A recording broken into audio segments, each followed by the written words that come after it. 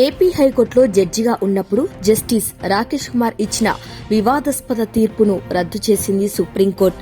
ఆంధ్రప్రదేశ్ ప్రభుత్వాన్ని, ముఖ్యమంత్రి వైఎస్ జగన్మోహన్ రెడ్డిని విమర్శిస్తూ డిసెంబర్ 31, 2020న జస్టిస్ రాకేష్ కుమార్ ఒక తీర్పు ఇచ్చారు.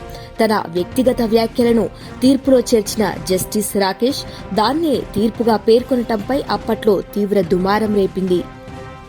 జస్టిస్ రాకేష్ కుమార్ ఇచ్చిన తీర్పును అప్పట్లో ఏపీ ప్రభుత్వం సుప్రీంకోర్టులో సవాలు చేయగా ఆ petition justice Bela Trivedi, justice Pankaj Mittal ధర్మాసనం విచారణ జరిపింది.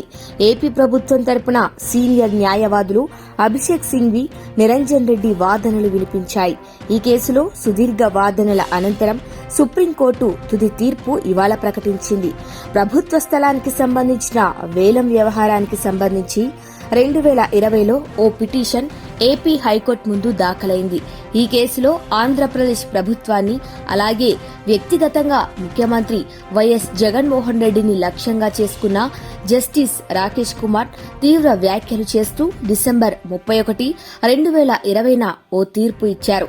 ఎలాంటి ఆధారాలు లేకుండా రాష్ట్రంలో రాజ్యాంగ వ్యవస్థలు కుప్పకూలిపోయాయని, యంత్రాంగం లేదంటూ తన తీర్పులో వ్యాఖ్యలు చేశారు జస్టిస్ రాకేష్ కుమార్. శాసన వ్యవస్థ మీద, పోలీస్ యంత్రాంగం మీద, 3 రాజధానుల అంశం మీద ఇష్టానుసారంగా వ్యాఖ్యలు చేసిన జస్టిస్ రాకేష్ కుమార్ వాటన్నింటినీ తీర్పులో పొందుపరిచారు. దీంతో పాటు 2 హైకోర్టు న్యాయమూర్తుల బదిలీ వ్యవహారంపైన సుప్రీంకోర్టు కొలీజియంను తప్పుబడుతూ వ్యాఖ్యలు చేశారు. 2 జడ్జీలను బదిలీ చేయటాన్ని హైకోర్టుపై దాడిగా అభివర్ణించారు. నాడు హైకోర్టు జడ్జిగా జస్టిస్ రాకేష్ చేసిన తీర్పులో ఏకంగా సుప్రీంకోర్టు కొలీజియంనే తప్పుబట్టారు.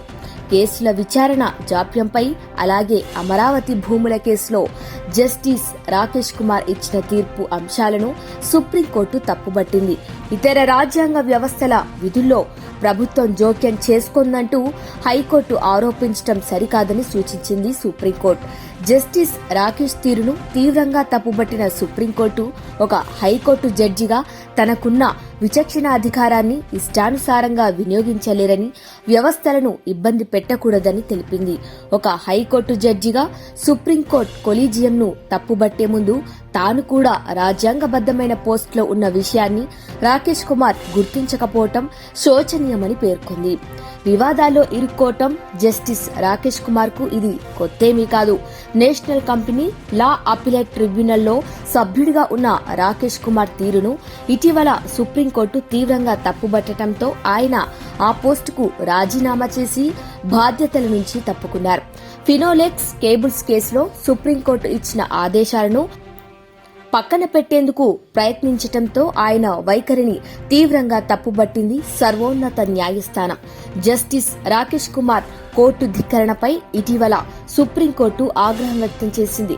గతంలో పాట్నా హైకోర్టు జడ్జిగా ఉన్నప్పుడు కోర్టంతా అవినీతిమయమైందని నిరాధార ఆరోపణలు చేసి విమర్శల పాలయ్యారు.